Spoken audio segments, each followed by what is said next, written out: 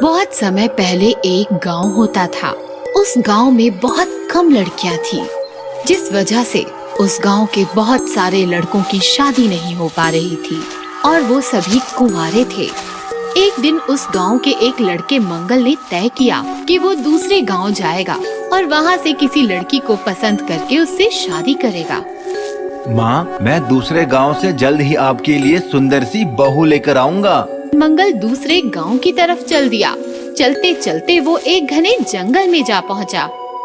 अगर मैं पक्के रास्ते से जाऊंगा तो दूसरे गांव पहुंचने में मुझे 2 दिन लग जाएंगे, और अगर मैं जंगल के रास्ते गया तो मैं एक ही दिन में दूसरे गांव पहुंच जाऊंगा। ये सोचकर वो जंगल के रास्ते से चल दिया। मैं उस गांव की सबसे सुंदर लड़की से शादी करूंगा। वो ये सोचता हुआ जा रहा था, तभी अचानक एक सुंदर सी लड़की भागती हुई उसके सामने आई। मुझे बचा लो, वो लोग मुझे मार देंगे। कौन हो तुम? मेरा नाम मंजू है, मुझे बचा लो।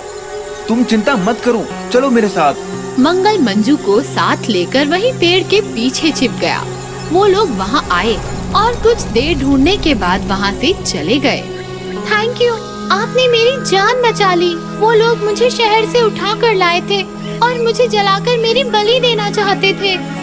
तुम चिंता मत करो, आओ मैं तुम्हें तुम्हारे घर छोड़ देता हूँ। लेकिन मेरे घर में कोई नहीं है। वैसे आपका नाम क्या है? मेरा नाम मंगल है और मैं पास ही के गांव में शादी के लिए लड़की ढूंढने जा रहा हूँ। और फिर मंगल कुछ सोचकर बोला, क्या तुम मुझसे शादी करोगी? आप बहुत अच्छे इंसान लगते हैं, इसीलिए मैं आपसे शादी करने के लिए तैयार हूँ। ये सुनकर मंगल बहुत खुश हुआ और वो मंजू को लेकर अपने घर लौट आया। माँ, मैं तुम्हारे लिए बहू ले आया। भगवान जो करता है अच्छा ही करता है। और फिर बड़ी धूमधाम से मंगल और मंजू की शादी हो गई। शादी के अगले ही दिन वो दोनों हनीमून के लिए नैनीताल चले गए। सारा दिन घूमने के बाद वो दोनों बहुत थक गए। मंगल ने मंजू से कहा, तुम होटल जाकर आराम करो, मैं बाजार से कुछ सामान लेकर आता हूँ। मंजू मान गई। वो होटल लौट आई और मंगल बाजार चला गया। कुछ समय बाद मंगल होटल में आया, लेकिन जैसे ही वो होटल के कमरे में आया वो हैरान रह गया। मंजू खुले बालों के साथ शीशे के सामने बैठी थी और शीशे में उसका चुड़ैल वाला भयानक रूप दिखाई दे रहा था। तुम चुड़ैल हो? चलो, अब तुम्हें पता चल ही गया तो अब मुझे छिपने की कोई जरूरत नहीं है। ध्यान से देखो। मैं चुड़ैल हूँ। मेरा नाम मंजू नहीं, मंजूलिका है। मंजूलिका चुड़ैल। तुमने मुझसे झूठ क्यों बोला? उस दिन वो लोग मुझे जलाकर मारने वाले थे, तभी मैंने तुम्हें देखा और तुमसे मदद मांगी। और फिर जब तुमने मुझसे शादी करने के बारे में पूछा तो उन लोगों से बचने के लिए मैं तुमसे शादी करने के लिए मान गई। लेकिन तुम चुड़ैल हो, मैं एक चुड़ैल से शादी कैसे कर सकता हूँ? हमारी शादी हो चुकी है, अब तो बस हनीमून बाकी है। लेकिन मैं तुम्हारे साथ हनीमून नहीं मना सकता। हनीमून तो तुम्हें मनाना पड़ेगा, नहीं तो मैं तुम्हें मार डालूंगी। तुम्हारे पास कल सुबह तक का टाइम है, अच्छे से सोच लो। तुम्हें मेरे साथ हनीमून मनाना है या फिर मरना है? ये मैं कहाँ फंस गया? इससे अच्छा तो मैं गांव के बाकी लड़कों की तरह कुंवारा ही रहता। अब मैं इस चुड़ैल से कैसे बचूंगा? तभी उसे एक आइडिया आया। अगले दिन सुबह सुबह चुड़ैल ने उससे पूछा, तो तुमने क्या सोचा, मरना है या हनीमून मनाना है? मैं तुम्हारे साथ हनीमून मनाने के लिए तैयार हूँ।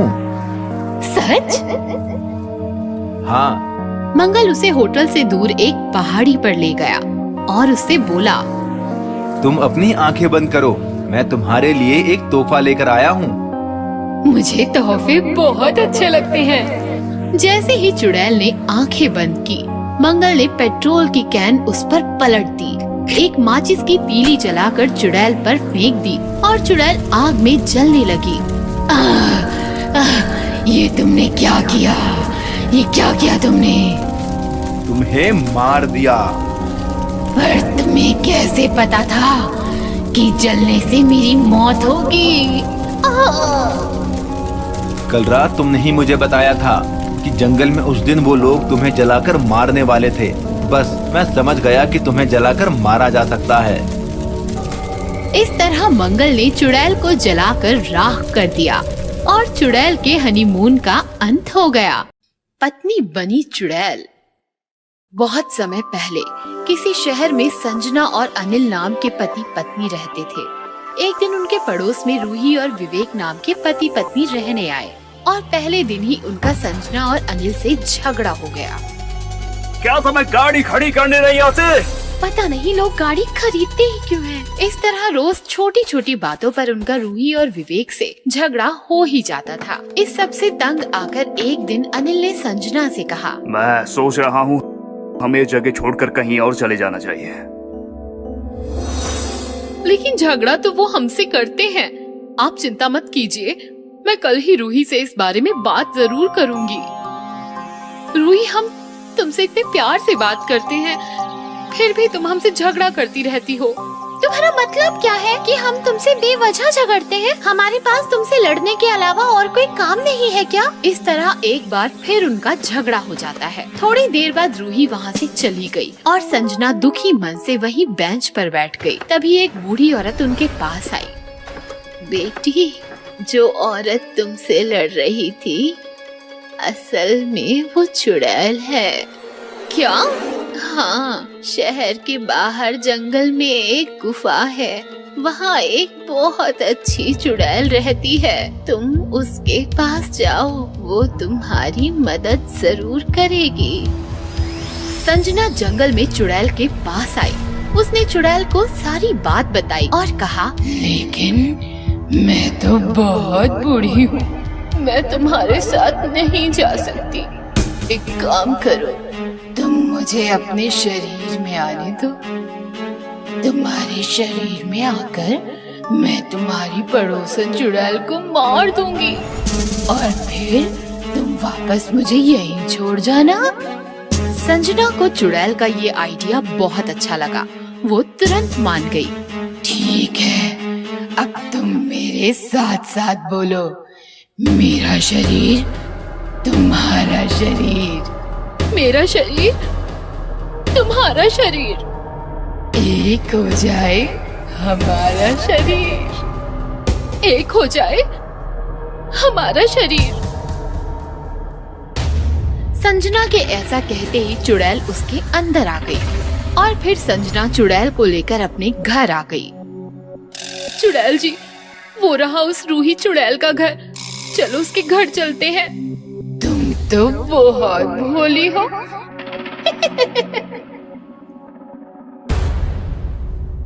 अब ऐसे क्यों हंस रही हो?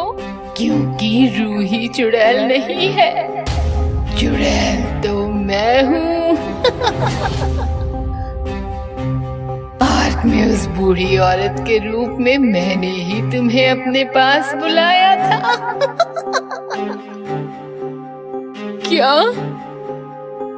असल में मेरा वो शरीर बहुत बूढ़ा हो गया था,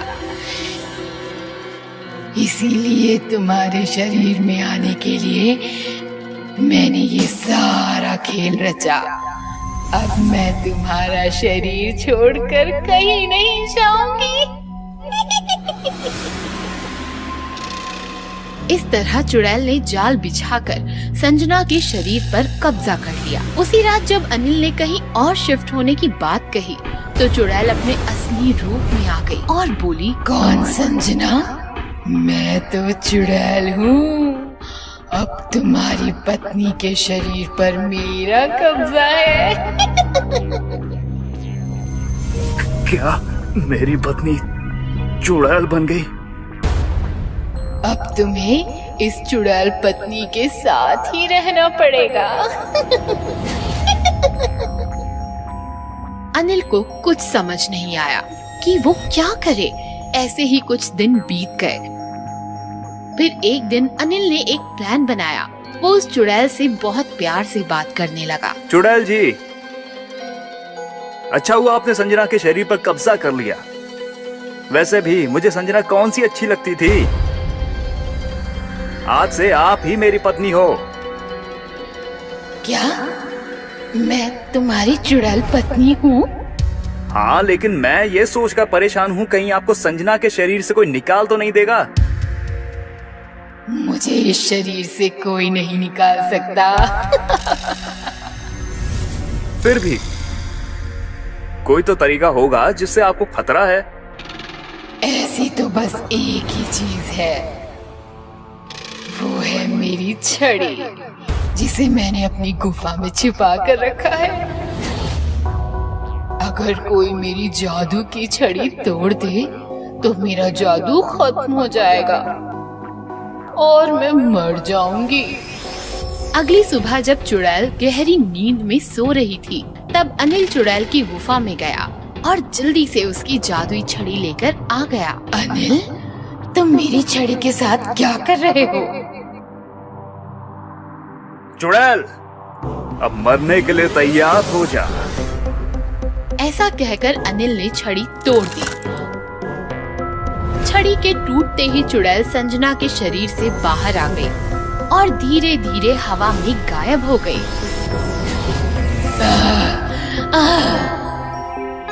इस तरह पहले चुड़ैल ने अपनी चालाकी से अनिल की पत्नी के शरीर पर कब्जा किया और फिर अनिल ने अपनी चालाकी से अपनी पत्नी को चुड़ैल से छुड़वाया। भूतनी का प्यार। राजीव, जावेद और महेश लखनऊ की एक कंपनी में जॉब करते थे। वे तीनों कॉलेज में एक साथ थे और बहुत ही अच्छे दोस्त थे।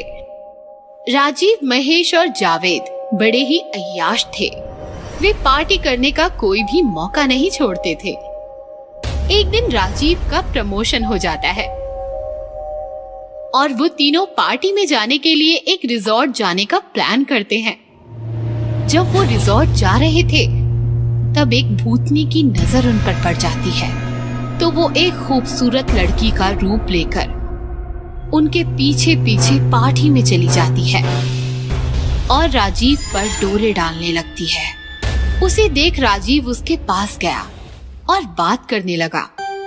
तो उसने बताया, मेरा नाम सुनैना है, मैं आपको बहुत पसंद करती हूँ। अगर आपके पास कभी टाइम हो तो कॉफी पर चलते हैं।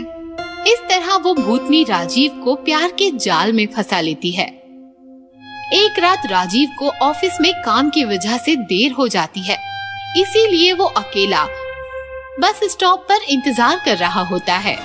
तभी सुनैना वहाँ कार लेकर आ जाती है और राजीव कार में बैठ जाता है। अरे वाह, क्या सही टाइम पर आई हो।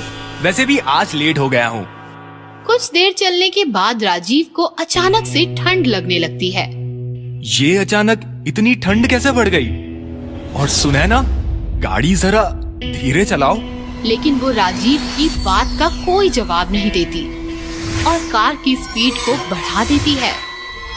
इसे क्या हो गया? और देखने के लिए राजीव जैसे ही उसके कंधे पर हाथ रखता है, तो वो अचानक राजीव की तरफ घूरती है और डरावनी आवाज में कहती है, अब ये कार तुझे परलोक पहुंचा कर ही रुकेगी। और वो भयानक भूतनी में बदल जाती है, जिसे देखकर राजीव बहुत ही ज्यादा घबरा जाता है और भूतनी के आगे गिड़गिड़ाने लगता है। मुझे जाने दो, तुम तो मुझसे प्यार करती थी, फिर तुम ऐसा कैसे कर सकती हो? ये सजा है, तेरे गुनाहों की सजा। और भूतनी कार को एक बड़े से पेड़ से टकरा देती है, जिससे राजीव की मौत हो जाती है। गिनती शुरू, अब 2 और बाकी हैं। फिर वो भूतनी फिर से एक सुंदर लड़की का रूप लेकर जावेद को भी अपने प्यार में फंसा लेती है और एक रात उसको भी मार देती है। जावेद और राजीव को मारने के बाद भूतनी महेश को जाल में फंसाने की कोशिश करती है, पर अपने 2 दोस्तों को खोने के कारण महेश अकेला हो जाता है और सारी अय्याशियां छोड़ देता है। इसीलिए वो भूतनी एक काम वाली का रूप लेकर महेश के घर काम के लिए चली जाती है, ताकि मौका मिलते ही उसे भी मार सके। काम वाली के व्यवहार को देखकर महेश की पत्नी रानी को शक होता है और वो काम वाली पर नजर रखने लग जाती है। एक रात रानी को घर में कुछ हलचल महसूस होती है। जब वो जाकर देखती है तो काम वाली भूतनी के रूप में बदल जाती है और महेश के शरीर से खून पीने लगती है, जिसे देख रानी के पैरों तले जमीन खिसक जाती है और वो जल्दी से मदद के लिए एक ओझा को बुलाती है। ओझा आते ही हवन शुरू करता है और घर में राख फूटने लगता है। ओम हम ग्रम, ओम हम ग्रम। ए काली आत्मा, इस घर को छोड़कर चली जा। तभी भूतनी बाहर आ जाती है। ओझा, तू मेरे बीच मत आ, नहीं तो तू भी मौत मारा जाएगा। तभी ओझा भूतनी पर राख की पोटली फेंक देता है। उससे उसका शरीर जलने लगता है। बता, तू इसे क्यों परेशान कर रही है? बता। इन लोगों ने मेरे प्यार को छीना है। एक दिन मेरे पति काम से घर लौट रहे थे, तभी ये तीनों दोस्त शराब के नशे में गाड़ी चला रहे थे। ये तीनों इतने नशे में थे कि इन्होंने मेरे पति को कार से कुचल दिया और किसी को पता नहीं चले, इसीलिए सड़क के पास ही दफना दिया। मेरे पति के सिवाय इस दुनिया में मेरा कोई नहीं था। उनके मौत के दुख में मैंने आत्महत्या कर ली और मैं भूत बन गई। इसीलिए ओझा, तू इस पापी को बचाने की कोशिश मत कर। ये कहते हुए भूतनी महेश को साथ लेकर हवन कुंड में कूद जाती है और अपने साथ महेश को भी जलाने लगती है। ये देख महेश की पत्नी भूतनी से माफी मांगने लगती है। तुम इन्हें मत मारो, मत मारो। मेरा महेश के सिवा इस दुनिया में कोई नहीं है। जो कुछ भी हुआ है उसके लिए मैं तुमसे माफी मांगती हूँ। बस तुम इन्हें छोड़ दो, माफ कर दो इन्हें। महेश की पत्नी की बात सुनकर भूतनी को दया आ जाती है और वो महेश को माफ कर देती है। फिर महेश एक बड़ा हवन करवाता है और भूतनी की आत्मा को मुक्ति दिलवा देता है।